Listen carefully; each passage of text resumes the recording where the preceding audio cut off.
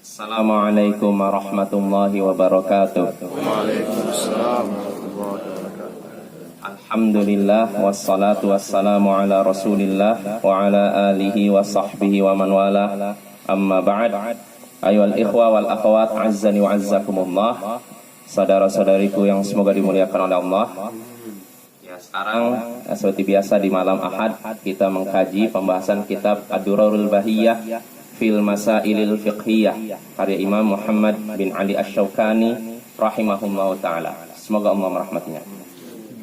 Ya, pada pertemuan sebelumnya kita masih membahas Kitabul Janaiz, kitab tentang jenazah, pengurusan jenazah ya.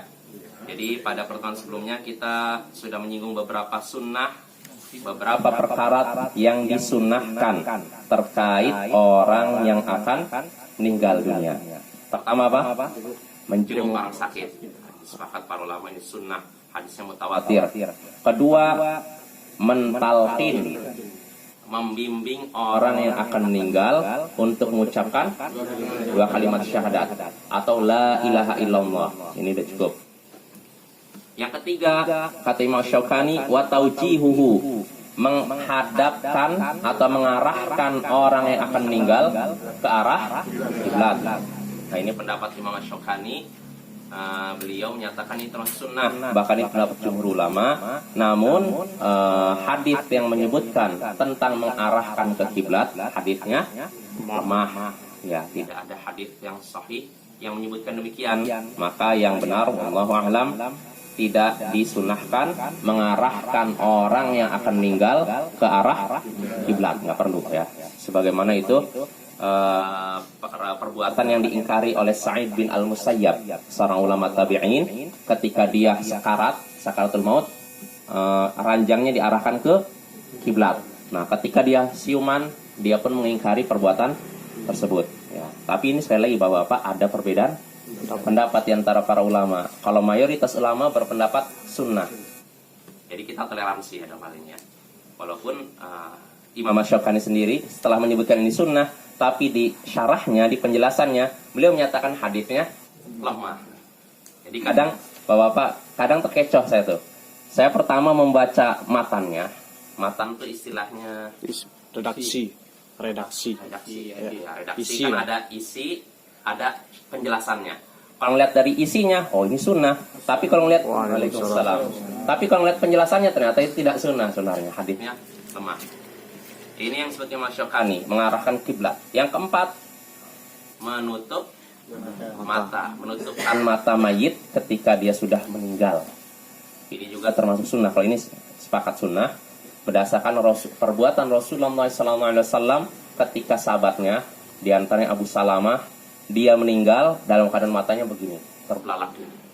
Maka Rasulullah menutup matanya lalu berkata, inna ruh idza qubida tabi'ahul basar. Sesungguhnya roh itu jika dicabut maka pandangannya akan mengikutinya. Mengikutinya ke arah mana berarti? Atas. Karena kan cabutnya dari kaki ke sini kan. Makanya tutup. Ini termasuk sunnah ya. Ini yang keempat. Yang kelima yang disebutkan Imam Syaukani, membacakan surat Yasin kepadanya. Itu kepada orang yang akan mati, bukan sudah mati. Nah ini Imam Asy-Syaukani, beliau berpendapat ini termasuk sunnah ya, berdasarkan hadis dalam Sunan Abu Daud. Namun hadisnya diperselisihkan para ulama. Yang benar wallahu alam, hadisnya lemah, tidak bisa digunakan karena di dalam hadis tersebut, dalam sanad hadis tersebut ada dua perawi, dua periwayat hadis yang majhul, tidak dikenal. Kalau dalam satu hadis ada satu saja periwayat hadis yang tidak dikenal, hadisnya lemah. Maka bagaimana kalau dua? Apalagi dua, satu udah hadisnya lemah itu Bapak. Kalau kita belajar ilmu mustalah hadis, kalau dalam satu jalur periwayatan hadis ada satu perawi yang tidak dikenal, ini udah hadisnya lemah. Maka bagaimana kalau dua? Ya, kalaupun hadisnya kita anggap sahih, ini berlaku bagi orang yang akan meninggal, bukan setelah meninggal. Jadi kita nengok ada orang itu sudah sakaratul maut, udah sakitnya parah, bahkan udah ada tanda-tanda kematian situ. Maka menurut ulama yang menyatakan hadis tadi sahih, katanya disunahkan untuk baca surat Yasin ketika akan meninggal, bukan sudah meninggal. Bisa dibedakan apa kan? Kalau sebelum meninggal, setelah meninggal beda. Ini kalau kita berpendapat hadisnya sahih, tapi kalau kita berpendapat hadisnya lemah, tadi tidak usah. Waalaikumsalam, tidak bisa dipraktekkan. Tidak usah dipraktekkan. Nah, itu yang ke 1, 2, 3, 4, 5 ya. Yang keenam termasuk sunnah terkait orang yang akan meninggal dunia, yaitu menyegerakan pengurusan jenazah. Kalau sudah jelas-jelas meninggal, maka disegerakan untuk dimandikan, dikafani, disolatkan, dan dikuburkan. Kecuali untuk mempercepat kematiannya, tidak disunahkan. Orang masih hidup, segera matikan aja lah. Masih pakai obat apa? Ini tidak disunahkan. Bahkan itu diharamkan. Gak boleh ya. Karena ada istilah yang apa? Kalau dalam dunia kedokteran, eutanasia. Ya, di Eropa kan kayak gitu kan, sempat terjadi perdebatan. Apakah kalau misalkan seorang pasien ini udah dirawat bertahun-tahun lamanya, harapan untuk sembuh kecil. Dia ini nggak sembuh-sembuh. Nah, tapi kalau dibiarkan, katanya membebani keluarga. Maka menurut sebagian orang, udahlah kasih obat apalah biar cepat meninggal. Nah, di sini terjadi perbedaan pendapat di kalangan orang-orang Eropa. Sebagian orang anggap ini nggak manusiawi. Bagaimanapun dia masih hidup, nggak boleh dihilangkan kematiannya. Tapi menurut orang yang lain, sebagian orang, ya Ton, ya daripada membebani keluarganya, ya begini-begini udahlah segerakan. Nah, ini orang kafir, beda pendapat. Sedangkan kita umat Islam sepakat tidak boleh apa? Menyegerakan kematian seorang ya. Jadi nggak boleh kita mempercepat kematian seorang ya dengan cara apapun. Terus bagaimana kalau itu membebani? Ya sabar. Jelas. Oh, jelaskan. Oh ya.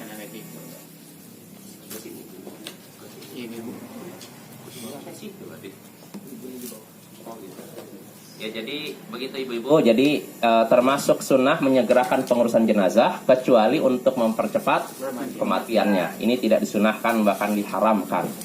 Itu yang keenam ya. 1, 2, 3, 4, 5, 6 ya. Yang ketujuh, menunaikan hutangnya. Ini juga termasuk sunnah berdasarkan perbuatan Nabi Sallallahu Alaihi Wasallam ketika beliau dihadirkan di hadapan beliau seorang jenazah, suatu jenazah. Beliau mau menyolatinya, namun beliau bertanya, "A'alaihi dain?" Apakah dia punya hutang? Kata para sahabat, "Na'am ya Rasulullah." Ya Rasulullah, dinaron. 2 dinar. 1 dinar sama dengan 4,25 gram emas. Berarti 2 dinar berapa? 8,5 gram emas. Berapa kalau dirupiahkan? 8 juta. Hah? 8 juta. 8 juta. Ya orang lebih jelas. Ini punya uang utang 8 juta Rasulullah. Maka Rasulullah nyuruh, udah kalian aja nyolatkan. Saya nggak mau nyolatkan. Nah, akhirnya ada sahabat Nabi yang menyatakan, Abu Qatadah menyatakan, alayya dinaron. Saya yang nanggung 2 dinar itu wahai Rasulullah. Jadi tetap salatkan, nanti saya akan bayar. Nah, akhirnya Rasulullah pun bersedia menyolatkan jenazah tersebut. Nah, keesokan harinya Abu Qatadah datang pada Rasulullah lalu berkata, wahai Rasulullah, laqad qadaituhum al-an. Hutang 2 dinar tadi sudah aku bayar. Maka Rasulullah pun bersabda, al-an baradat alaiki jilduh. Sekarang baru mendinginlah kulitnya. Kulit siapa? Yang meninggal. Yang meninggal baru mendingin. Artinya sebelum dibayar hutang masih panas. Setelah dibayar hutang baru mendingin. Nah, ini menunjukkan termasuk sunnah bagi kita yang hidup membayarkan hutang mayit. Sunnah, bahwa tidak wajib. Ya, jadi tidak wajib, tidak ada kewajiban bagi kita, termasuk anaknya. Jadi kalau anak misalnya bapaknya meninggalkan hutang, maka si anak disunahkan bayar. Tapi ini bukan kewajiban. Karena kalau seorang meninggal dunia dalam keadaan memiliki hutang, hutang itu dibayar lewat apanya? Hartanya. Jadi sebelum harta ini dibagikan ke ahli waris kepada anak ini, dibayarkan dulu hutangnya. Nanti kalau dia udah dibayar hutang ternyata habis, hartanya gimana? Ya sudah, terima aja ahli warisnya. Sabar. Jadi mereka nggak dapat apa-apa. Jadi harus hutang ini dahulukan, ya, sebelum dibagikan warisan, Bapak ya. Nah ini, jadi anak pun tidak diwajibkan membayar hutang orang tuanya. Jadi kalau orang tua punya hutang, dilihat dari harta warisannya, maksudnya peninggalannya, diambil lalu dibayarkan. Kalau misalkan ternyata orang tuanya benar-benar miskin, nggak meninggalkan satu pun harta, bagaimana? Wajib anak bayarkan? Tidak juga. Tapi kalau anak mau berbakti, artinya saya ini waktu masa hidup orang tua saya lalai, ini apa, mau berbakti pada orang tua, ya sudahlah, setelah wafatnya ya saya berusaha untuk membayar hutangnya. Boleh? Boleh, bahkan itu bagus. Itu termasuk berbakti, tapi bukan kewajiban, sekali lagi ya, bukan kewajiban anak terhadap orang tua. Nah lalu itu sunnah keberapa? 1, 2, 7 ya. Sekarang 8, watas jiyatuhu, menutup jenazah setelah meninggal. Artinya setelah meninggal jangan dibiarkan begitu aja, terbuka, ditutup dengan kain. Sebagaimana Rasulullah SAW disebutkan dalam hadis ini dari Aisyah, beliau pun ketika meninggal ditutup dengan kain burdah dari Yaman. Ini disebutkan dalam hadis Sahih Bukhari Muslim. Jadi ketika Rasulullah meninggal beliau tutup, tidak dibiarkan terbuka begini saja, terlihat oleh orang, tutup. Dan ini saya yakin ini sudah kebiasaan di mana-mana kan. Nggak ada saya lihat mayit dibiarkan terbuka saja kan. Di masyarakat kita juga begitu kan. Kalau sudah meninggal tutup dengan kain apa gitu, entah sarung kah atau kapan kah gitu. Iya, yang penting tertutup semuanya. Nah, itu sunnah. Lalu berikutnya kata Imam Asy-Syaukani, wa yajuz takbilu, diperbolehkan mencium mayit. Ini bukan sunnah, diperbolehkan. Artinya kalaupun tidak dilakukan silahkan, tidak dilakukan pun silahkan. Tidak ada pahalanya. Ya ini boleh menciumnya.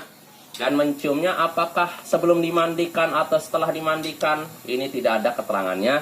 Yang jelas bebas. Kalau memang mau sebelum dimandikan silahkan, atau setelah dimandikan sebelum dikuburkan silahkan. Cuma keumumannya kapan biasanya? Setelah dimandikan kan? Dimandikan kan, karena perpisahan kan. Kalau sebelum dimandikan nanti masih ketemu lagi kan. Nah, tapi kalau setelah dimandikan, ini kan perpisahan. Entar lagi dia mau dikafankan, mau dikuburkan, maka dia biasa cium. Maka ini diperbolehkan berdasarkan perbuatan Nabi Sallallahu Alaihi Wasallam. Beliau pun pernah mencium mayit. Mayitnya Utsman bin Maz'un. Utsman bin Maz'un ini meninggal. Rasulullah pun menengoknya, beliau pun menciumnya. Lalu ketika sudah mencium, nampaklah air mata beliau di kedua pipi beliau. Menyaksikan sahabat. Ya, ini menunjukkan boleh mencium mayit. Sebagaimana perbuatan Abu Bakar juga. Ketika Rasulullah wafat, Abu Bakar nengok, dibuka kain beliau, lalu dicium di antara dua alis beliau di sini. Abu Bakar nangis, lalu mencium beliau. Ini menunjukkan boleh mencium mayit ya, bukan perkara yang terlarang. Jelas Bapak? Yes. Nah ini kita sampai sini kan? Yes. Terakhir ya. Nah sekarang kita lanjut lagi terkait Kitabul Janaiz. Kata Imam Asy-Syaukani rahimahullah, wa 'alal maridi an yuhsina dhanna bi rabbih. Orang yang sakit wajib berhusnudzon kepada Tuhannya. Wajib berprasangka baik kepada Tuhannya, kepada Allah. Jadi ketika mau meninggal dunia, banyak berprasangka baik kepada Allah. Sebenarnya Bapak-bapak, ketika kita hidup, seorang mukmin ini harus di antara dua, antara takut dan harap. Roja dan khauf. Ini seorang muslim harus begitu. Dan ibadah seorang muslim sampai 3, cinta, harap, dan takut. Dan para nabi ibadah mereka di antara harap dan takut. Allah sebutkan dalam surat Al-Anbiya, innahum kanu yusari'una fil khairat. Sesungguhnya para nabi adalah orang-orang yang bersegera dalam melakukan kebaikan. Wa yad'unana raghaban wa rahaba. Dan mereka berdoa kepada kami, beribadah kepada kami dengan rasa harap dan cemas. Harap apa? Harap rahmat Allah. Ya. Dan cemas siksa Allah. Ya. Ya inilah seorang muslim. Kita seorang muslim harus antara harap cemas plus cinta. Ini ahlus sunnah wal jamaah ya. Ibadah mereka antara harap, takut, harap, cemas, dan cinta. Kalau kita ibadahnya cuman harap saja, ini ibadahnya murjiah. Orang murjiah ibadahnya harap saja. Nggak ada rasa takut, nggak ada rasa cinta. Jadi karena mereka dominannya harap, akibatnya apa? Permudah-mudahan. Bermudah-mudahan dalam maksiat. Kenapa kamu gini? Allah itu maha pengampun. Kenapa kamu maksiat terus? Allah itu maha penyayang. Harapnya terus yang tinggi gitu loh. Nggak ada rasa takutnya. Ini ibadahnya orang murjiah. Ibadahnya cuma didasari rasa harap. Sedangkan yang kedua, ada lagi yang ibadahnya cuma didasari takut saja. Ini ibadahnya khawarij. Orang khawarij ibadahnya karena takut. Allah itu maha keras siksanya. Allah itu sangat berat siksanya. Digambarkan Allah itu begini. Hukuman Allah begini. Seakan-akan tidak ada di benak mereka bahwa Allah itu mengampuni dosa. Allah itu menyayangi. Iya, jadi ya karena itulah mereka ibadahnya giat, tapi didasari rasa apa? Takut. Yang malas ibadah. Bukan orang-orang yang rajin maksiat. Mereka rajin ibadah, rajin baca Quran, rajin sholat, rajin puasa. Sampai-sampai Ibnu Abbas ketika mengunjungi orang Khawarij untuk menyadarkan mereka, Ibnu Abbas kaget. Aku nggak pernah melihat orang-orang seperti mereka. Jidat mereka hitam, muka mereka pucat, tangan mereka seperti lutut unta, dan baju mereka lusuh. Ini kata Ibnu Abbas. Aku nggak pernah melihat orang-orang seperti mereka, seperti orang Khawarij. Jidat mereka hitam. Karena apa? Sujud, bukan karena nangkap tembok. Jadi karena saking banyak ibadah kan hitam kan? Dan muka mereka pucat. Karena apa kira-kira? Begadang. Mereka itu ibadah sejak Isya sampai subuh. Dan siang harinya puasa. Dan tangan mereka seperti lutut unta. Maksudnya apa? Sering ibadah kan jadi kapalan. Keras gitu. Ini orang Khawarij ya. Tapi walaupun begitu mereka menyimpang. Ya, sampai Abu Umamah Al-Bahili menyebutkan hadis Nabi bahwa mereka itu kilabun nar. Anjing-anjing neraka.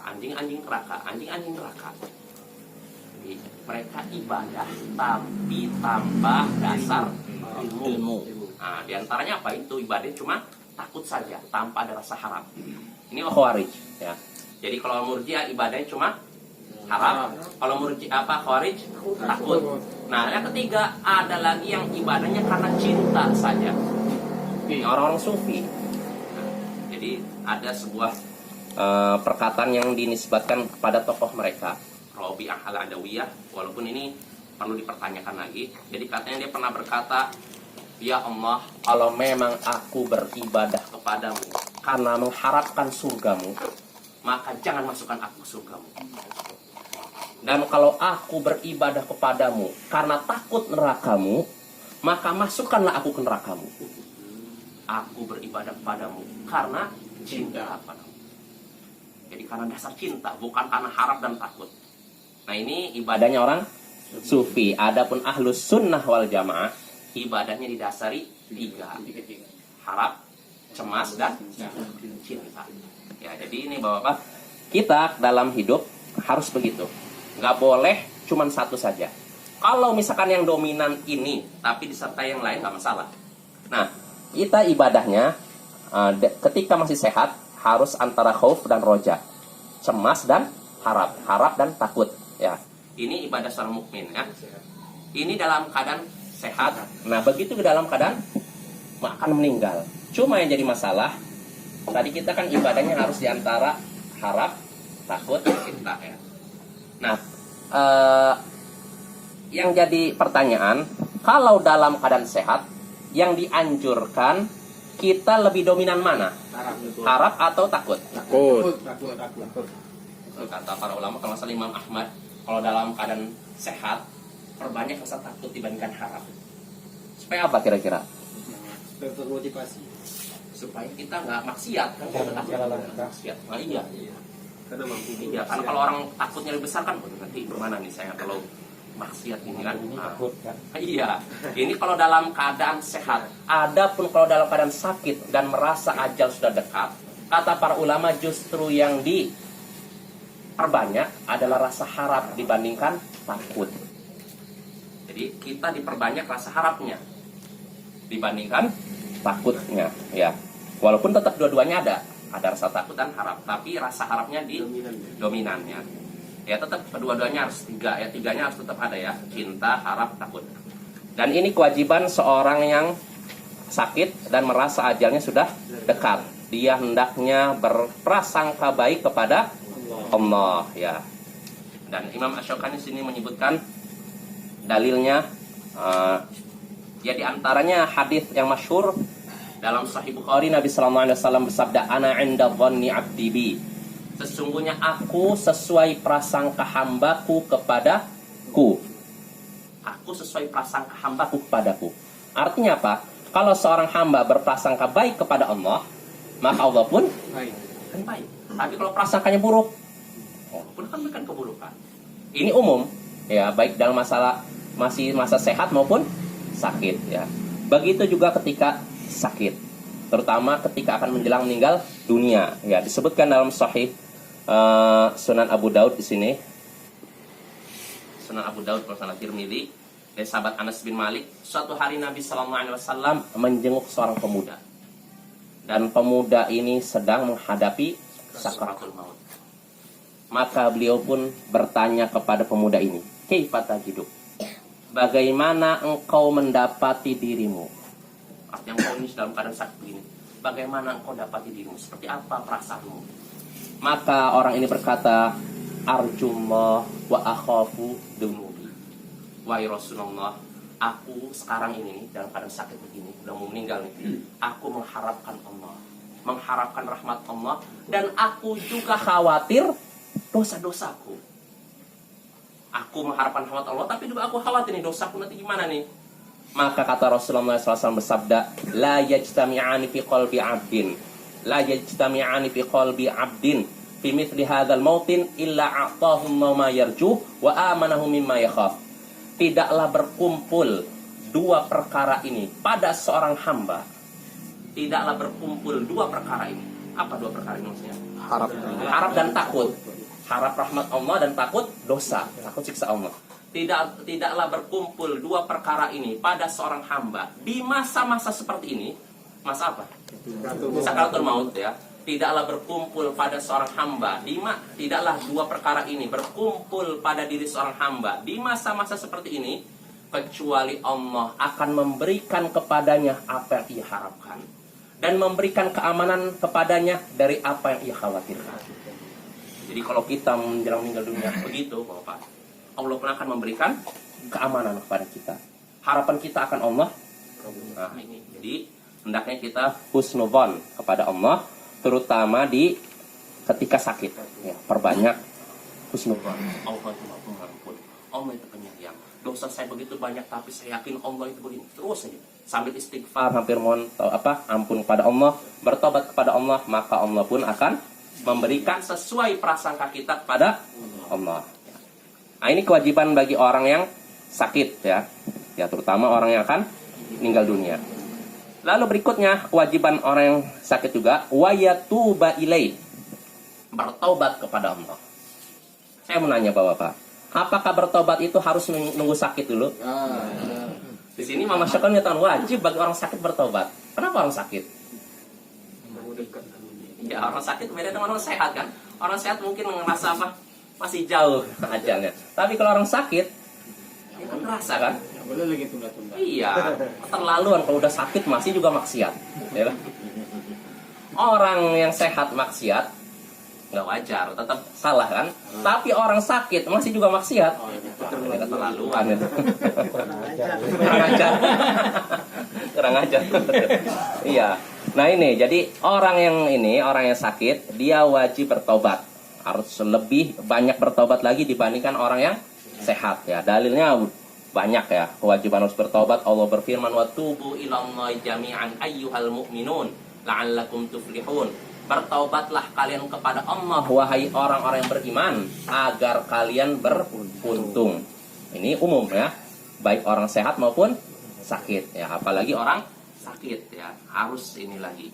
Dan ketika seorang hamba bertobat kepada Allah, Allah pun akan bergembira dengan taubatnya. Ya, ini yang perlu kita yakini Bapak-bapak ya. Jadi ini termasuk sifat Allah yang perlu kita tetapkan. Sifat cinta, sifat gembira. Tapi tentu saja cinta dan gembira Allah beda dengan iya. Jadi jangan dibayangkan sama ya. Iya, ya. Dalilnya sudah pernah kita bahas tentang cinta Allah karena taubatnya seorang hamba. Lamau asyaddu farahan bi taubati 'abdihi hina yatubu ilaih min ahadikum kana 'ala rahilati. Allah sangat mencintai Allah sangat bergembira karena taubat hambanya, melebihi kegembiraan salah seorang dari kalian yang berada di untanya di suatu tempat yang tidak ada penghuni. Tempatnya padang pasir atau padang rumput, tidak ada satupun makhluk. Allah sangat gembira karena taubat hambanya, melebihi kegembiraan salah seorang dari kalian yang bersama untanya di suatu tempat yang kosong tidak berpenghuni. Fanfalatat minhu. Dalam keadaan demikian, orang ini udah di tempat yang nggak ada penghuni ini, nggak ada makhluk satupun. Tiba-tiba untanya lari. Wa 'alaiha ta'amu. Padahal di situ ada makanannya. Wa syarabu, dan ada juga akhirnya mencari mana nih unta saya. Fa'isa minha. Setelah dicari-cari nggak dapat juga, putus asa orang ini. Iya, orang kan bingung. Saya udah di padang pasir, misalkan padang rumput, nggak ada satupun hewan yang lewat, nggak ada satupun manusia. Nanti saya makannya gimana, minumnya bagaimana? Fa'isa minha. Akhirnya orang ini benar-benar berputus asa menemukan untanya. Akhirnya apa? Fa'ata syajaratan fattaja'a fi dhilliha. Akhirnya orang ini pun mendatangi sebuah pohon, lalu bersandar di pohon tersebut. Dia begini. Dah. Rasanya apa? Kematian. Udah nggak salah. Seakan-akan kematian udah di depan matanya kan? Udah ada makanan. Iya, fattaja'a fi dhilliha wa qad aisa min rahilati. Dia benar-benar berputus asa menemukan untanya. Fa bainama huwa kadzalik idh huwa biha. Tatkala dia sudah benar-benar putus asa, udah merasa wah sebentar lagi saya mati nih. Tiba-tiba untanya muncul di sampingnya. Wah, luar biasa kan? Idh huwa biha fa akhadha bi khitamiha. Akhirnya orang ini pun mengambil tali kekang unta tersebut. Dia mengambil akhadha bi khitamiha, dia mengambil tali kekangnya. Tsumma qala min syiddatil farah. Lalu orang ini berkata saking gembiranya, Allahumma anta abdi wa ana rabbuk. Ya Allah, engkau adalah hambaku dan aku adalah Tuhan. Akhta'a min syiddatil farah. Orang ini salah ucap karena saking gembira. Nah ini dah. Orang ini ketika menemukan untanya hilang, perasaan seperti apa? Sangat gembira kan? Dia seakan-akan hidup dari sebelumnya, seakan-akan mau mati kan, tiba-tiba hidup lagi kan? Nah, kalau kita bisa bayangkan kegembiraan orang tersebut, sangat gembira kan? Maka Allah lebih gembira lagi ketika hambanya bertobat kepadanya. Nah ini dengan kita membaca hadis ini, kita jadi merasa apa? Besarnya rasa cinta Allah, besarnya rasa sayang Allah kepada hambanya. Jadi ketika hambanya bertobat, Allah gembira, Allah cinta. Maka bapak-bapak jangan ada istilah putus asa. Kita siapapun di antara kita sebelum ngaji istilahnya, di masa jahiliyah kata orang kan, kita semua kan bergelimang dosa ya. Dosa yang mungkin ya nggak perlu disebutkan aib ya, mungkin begini-begini. Maka ketika kita sudah mulai belajar agama, kita tumbuhkan rasa apa? Harap pada Allah. Allah, saya bertobat ya Allah, sambil sesali dosa kita, dan terus kita berprasangka baik kepada Allah. Allah pasti akan menerima tobat saya, Allah akan mengampuni saya. Nah kalau kita punya prasangka baik seperti itu, Allah pun akan. Nah itu Bapak ya. Jadi ini kewajiban bagi kita semua, terutama orang yang sakit, hendaknya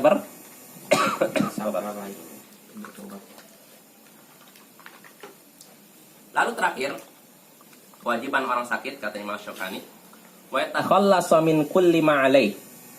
Hendaknya orang sakit membebaskan dirinya dari segala tanggungannya. Membebaskan dirinya dari segala kewajiban yang ia tanggung. Maksudnya apa? Maksudnya apa kira-kira? Utang-utang. Siapa lagi? Kalau ada amanah. Amanah, wasiat dan semacamnya. Kusuma. Nah, jadi kalau misalkan seorang, di sini Imam Asy-Syaukani memberikan contohnya, ya seperti ya utang, titipan, atau dulu dia pernah merampas harta orang lain. Harta ini bisa berupa uang kah, atau tanah kah, atau rumah kah, dan semacamnya. Nah, maka kalau dia mau dalam keadaan sakit, dia harus melepaskan diri dari semua itu. Kalau dia punya hutang, segera bayar hutangnya. Dalam keadaan masih apa? Hidup nih. Atau kalau dia punya titipan, segera titipkan. Kembalikan. Segera dikembalikan. Kalau punya kezaliman, segera Tak kerelaan. diselesaikan. Jadi segera ditunaikan hak orang yang dizalimi. Ya, jadi jangan ditunda-tunda sampai akhirnya meninggal dunia. Makanya kalau memang nggak sempat, kata Imam Syukani di sini, kalau misalkan mungkin segera ditunaikan. Wa illam yakun fil hal, kalau memang tidak bisa segera, mungkin orang yang ini yang mau di apa? Aspes. Nah, jadi kalau orang nggak mungkin ditunaikan, maka nggak mungkin tunaikan ketika itu juga, maka ditulis wasiat supaya nanti kalau dia memang meninggal segera ditunaikan haknya. Nah, ini termasuk kewajiban orang yang sakit. Ya, orang sakit, orang meninggal begitu apa? Jelas ya? Ya, apapun ya. Jadi seperti Nabi SAW. Jadi dalam keadaan darurat atau apapun, kita jangan meremehkan amanah juga, Bapak-bapak. Utang atau misalkan apa? Titipan terutama. Banyak orang anggap, wah saya ini gimana lagi? Saya lagi kondisi ini nih apa? Mau pergi nih, udahlah, dibawa aja lah titipannya. Padahal titipan itu kan amanah kan? Amanah harus diberikan. Rasulullah SAW ketika beliau dikepung di rumah, ketika beliau waktu itu sekitar berapa suku Quraisy ingin membunuh beliau, sepakat. Dan ketika itu turun perintah untuk berhijrah. Nah, beliau kan dikepung di rumah kan. Di situ ada Abu Bakar, ada Rasulullah, ada Ali.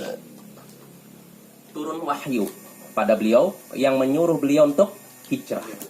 Nah, jadi masalah, beliau walaupun dimusuhi orang Quraisy, tapi beliau juga masih menerima amanah. Kan beliau punya gelar apa? Al-Amin, orang yang dipercaya. Jadi orang kafir Quraisy walaupun memusuhi beliau, tapi kalau butuh nitip apa? Nitip Muhammad ya. Kan? Aneh kan? Jadi menganggap pendusta Nabi Muhammad, pendusta ini nabi palsu, tapi anehnya masih dipercaya. Saya nitipinnya. Nah, Rasulullah ketika dikepung, beliau turun wahyu menyuruh beliau hijrah.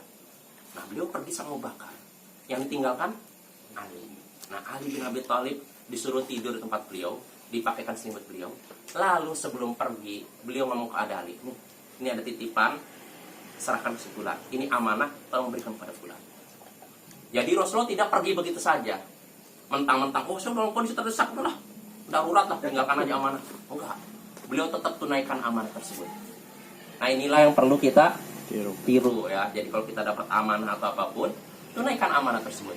Kalau memang kita tidak sempat menyerahkan sendiri, maka hendaknya dititipkan. Jadi jangan ada istilah, ya karena saya lagi buru-buru, udahlah tinggalkan aja lah, terserah nanti rusak atau apa. Nggak boleh begitu.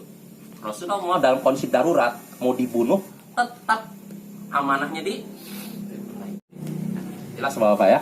Jadi ini kewajiban bagi orang yang sakit, sekali lagi, yaitu pertama, kata Imam Asy-Syukani apa tadi?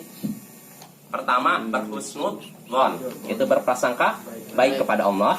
Kedua, bertobat. Lalu ketiga, membebaskan diri dari segala tanggungan. Tanggungan ini bisa berupa hutang, titipan, amanah, maupun kezaliman yang pernah dilakukan. Ya, selesai. Kita dari Kitabul Janaiz. Nah, kita masuk pembahasan berikutnya. Wassalam.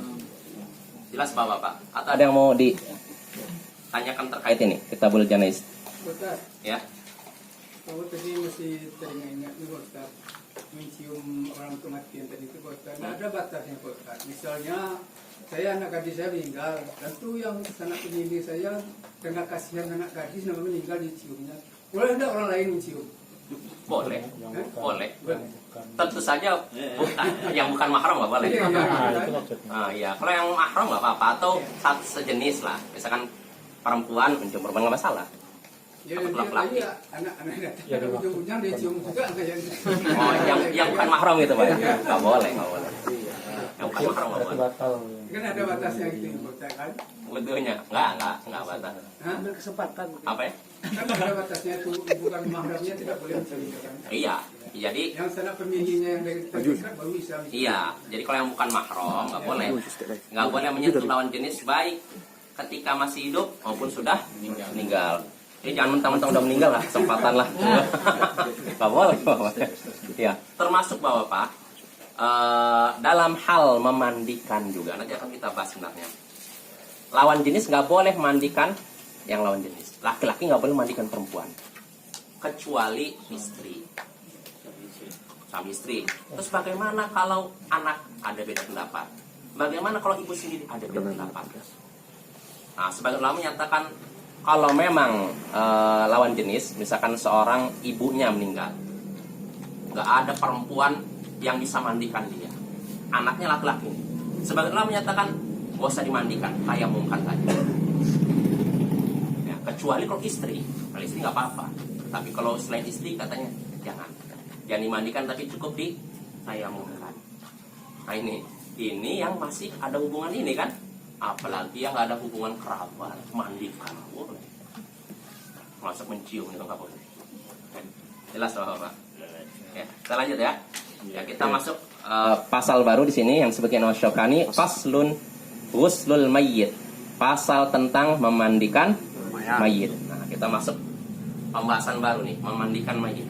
Kata Imam Asy-Syaukani rahimahullah, wa yajibu ghuslul mayyitil muslimi 'alal ahya. Wajib memandikan mayit muslim atas orang-orang yang hidup. Ya.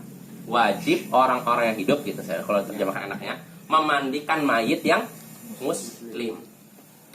Mayit yang muslim artinya yang kafir tidak wajib Bapak. Jadi kalau ada orang kafir mati udah kamu kuburan. Nggak usah dimandikan ya. Kita cuman diwajibkan menguburkan dia aja. Misalkan begini, di sini ada orang kafir meninggal, nggak ada kerabatnya sama sekali, kerabatnya kafir nggak ada, anggap di sini muslim, misalnya si Beirut lah, satu-satunya orang kafir tinggal di sini mati ya. Nah, gimana nih? Tanda kebusukan kita besar. Apa? Harus dikuburkan kita yang dapat busuknya. Ya, itulah. Makanya kalau ada seperti ini nggak perlu dimandikan ya, cukup dikasih kain, dibuntel gitu, setelah itu masukkan ke dalam. Bagaimana kalau pas di Sakertomonya itu dia tobat Ustaz? Apanya? Nggak tahu kita dia kalau udah bertobat gitu kan? Kalau mati mata berarti ini. Tahu lagi mana? Ya istilahnya tobatnya dia pas menjelang meninggal. Ya. Kalau tobat muslim, dia mengucapkan syahadat. Nggak, misalnya nggak ada yang tahu gitu. Oh, kalau gitu kita menilainya berdasarkan lahirnya. Ketika dia Iya. mulai terlambat. Adapun hakikatnya serahkan pada Allah. Kita menilai berdasarkan lahirnya. Lahirnya dia masih kafir kan? Ya, nggak tahu kita apakah dia syahadat, kita nggak tahu kan. Suatu yang meragukan tidak bisa membatalkan suatu yang jelas ya. Jadi jelas-jelas dia Iya. ada Iya. Nggak, ini bukan perkara orang kafir nih. Misalnya orang muslim yang pelaku syirik lah gitu, syirik besar. Dan pas di Sakaratul Mautnya itu dia sebelum itu dia udah bertobat gitu kan. Cuman nggak ada yang tahu gitu. Iya, kita berdasarkan lahirnya. Lahirnya dia seorang muslim. Cuman yang jadi masalah begini, kita juga harus hati-hati. Syirik ini kan ada syirik besar, syirik kecil. Kalau syirik kecil masih muslim. Tapi kalau syirik besar, Bapak, kita harus lihat dulu. Orang ini termasuk orang jahil, orang yang maaf bodoh, atau orang yang sudah ngerti. Dan kita harus hati-hati juga. Kalau nggak mau tahu, Ustaz, orang yang nggak mau tahu, Ustaz. Oh, ini orang mau tahu nih. Ya. dia mau tahu ya. Nggak mau tahu dia, Ustaz. Kan ada dai kan. Oh, ini orang mau tahu nih. Ya pokoknya gini lah, kalau memang orang yang benar-benar bodoh, ya kita anggap sebagai muslim. Karena dia dimaafkan karena apa? Kebodohan. Adapun kalau orang ini dianggap sudah ngerti, misalkan anggap ininya anaknya seorang ustad, dia ini syirik. Kan aneh juga kan, pelaku syirik tapi anaknya di sana. Ini dianggap sudah ngerti ini, maka dihukumi sebagai musyrik. Jadi jangan urus kerabatnya aja gitu. Nah, ini kalau syirik besar ya. Adapun kalau syirik kecil nggak dianggap muslim. Ustaz, pertanyaan, Ustaz. Ya. Misalnya ada orang kafir, Ustaz, terbenam. Ketemu kita tahu dia kafir. Ada harta bendanya. Boleh nggak kita ambil, Ustaz? Misalnya ada uangnya setebal ini kan. Ada uangnya ini. Ada orang Kita kafir tahu kan. kerabatnya. Nggak tahu kita kerabatnya. Oh, Itu kalau gimana, itu, Ustaz? kalau itu bagusnya serahkan Baitul Mal kepada kepada pemerintah. Itu kita waris Ustaz. Hah? Kita waris ah. Siapa? Pak kepala desa. Ya digunakan untuk kemaslahatan umum, untuk jalan atau apa. Emang hartanya sebesar apa sih? Soalnya uangnya setebal ini Ustaz. Lumayan. Dolar pula tuh ya. Dolar. Lumayan Ustaz. Emang dolar itu. Masalahnya boleh baca juga. Pernah terjadi. Pernah jadi. Pernah dikerjakan juga ya. Ya udah, kita lanjut ya. Bagi-bagi loh. Jadi sekali lagi wajib bagi orang yang hidup untuk memandikan mayit yang muslim. Wajib bagi orang yang hidup. Pertanyaan wajib ini wajib apa? Apakah fardu ain, kewajiban bagi setiap muslim? Atau fardu kifayah? Kalau sudah ada yang mengerjakan, yang lain tidak wajib. Fardu kifayah ya. Ini sepakat para ulama. Ini fardu kifayah. Ya, jadi itu kewajiban bagi orang yang hidup ya. Jadi kalau ada saudara kita yang meninggal, mandikan. Kalaupun sudah ada yang mengerjakan, misalkan ada satu orang udah cukup, nggak apa-apa kita ikut untuk ini kan, untuk membantu. Itu termasuk perkara yang dianjurkan. Dan bagi orang yang memandikan juga hendaknya menutup aib si mayit. Jadi nggak boleh ceritakan saya mandikan sini lalu situ ada mungkin penyakit apa yang nggak layak diceritakan. Itu nggak boleh. Tutup aibnya. Itu ada keutamaan tersendiri bagi orang yang mandikan lalu menutup aibnya. Ya. Dan sebenarnya bapak-bapak, menutup aib itu bukan cuma bagi orang yang sudah meninggal, yang masih hidup pun nggak boleh juga aibnya dibongkar. Ya sama aja mau hidup maupun mati, kalau punya aib harus ditutup. Ya. Soalnya Ustaz, Ya. contoh dia mati di laut, dari makan ikan matanya satu. Ah. Jadi kita memandikan, ditanya orang nanti masih utuh badannya. Kita bilang enggak, bilang matanya satu gimana? Kalau kita bilang betul, kita bohong. Gimana Ya, bagaimana caranya lah supaya aibnya tertutup, bagaimana caranya lah. Saya nggak mau jawab bilang gitu. Ya, nah, apakah itu air juga kan? Sebenarnya sebetulnya bukan aib. Gitu. Aib itu mungkin sesuatu yang memang disembunyikan oleh si pemiliknya, si jenazah ini ketika hidup nih, misalnya punya penyakit yang nggak mau diketahui orang. Adapun ini ya mungkin wajar lah. Ini hilang dimakan ikan, Nah, itu. insya Allah nggak masalah. Tapi kalau aib itu sesuatu yang nggak mau orang lain tahu dirinya punya itu.